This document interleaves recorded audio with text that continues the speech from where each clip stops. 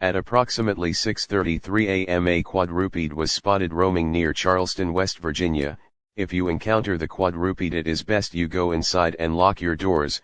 Please follow these steps: seal all cracks in windows and doors, turn off all fireplace dampers and AC or heating units, and finally, use every mean to defend yourself if the creature breaks in. The creature's aspects equal 8 foot tall. Very furry, razor sharp teeth, and made of eyes. Thank you for your time.